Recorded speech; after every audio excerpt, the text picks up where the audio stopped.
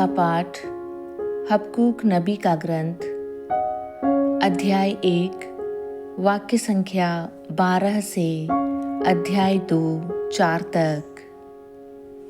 प्रभु, क्या तू प्राचीन काल से मेरा परम पावन अमर्त्य ईश्वर नहीं है?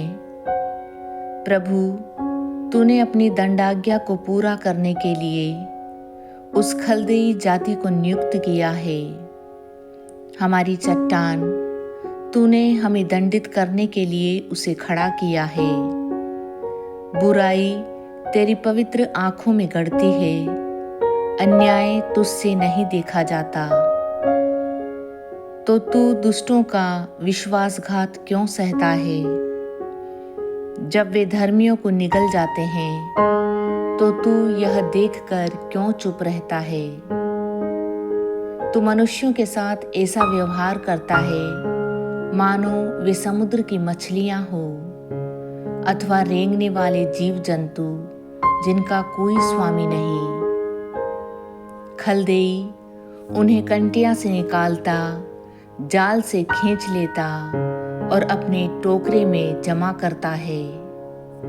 तब वह उल्लसित होकर आनंद मनाता है, अपने जाल की पूजा करता और अपने टोकरे को धूप चढ़ाता है, क्योंकि इनके सहारे वह शिकार फंसाता और अपनी जीविका चलाता है।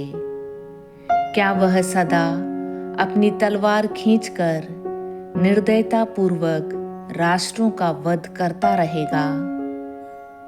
मैं अपनी चौकी पर खड़ा हो जाऊंगा, मैं चार दीवारी पर चढ़कर प्रतीक्षा करता रहूंगा कि प्रभु मुझसे क्या कहेगा और मेरी शिकायतों का क्या उत्तर देगा।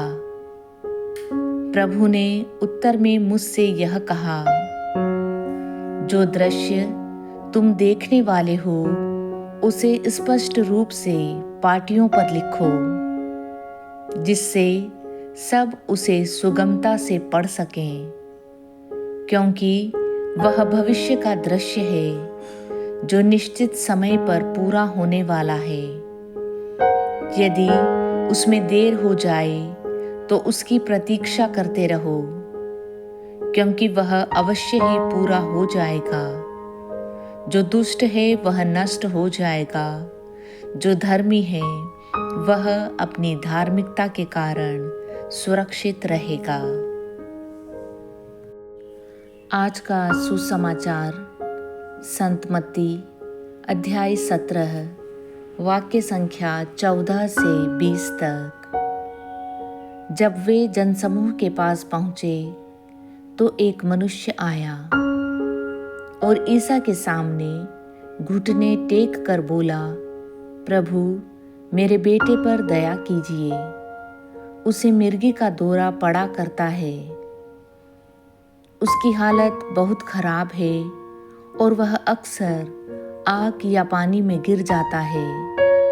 मैं उसे आपके शिष्यों के पास लाया, किंतु वे उसे चंगा नहीं कर सके। ईसा ने कहा, अविश्वासी और दुष्ट पीढ़ी, मैं कब तक तुम्हारे साथ रहूं? कब तक तुम्हें सहता रहूं? उस लड़के को यहाँ ले आओ। ईसा ने अबदूत को डांटा और वह लड़के से निकल गया। वह लड़का उसी घड़ी चंगा हो गया। बाद में शिष्यों ने एकांत में ईसा के पास आकर पूछा, हम लोग उसे क्यों नहीं निकाल सके? ईसा ने उनसे कहा, अपने विश्वास की कमी के कारण।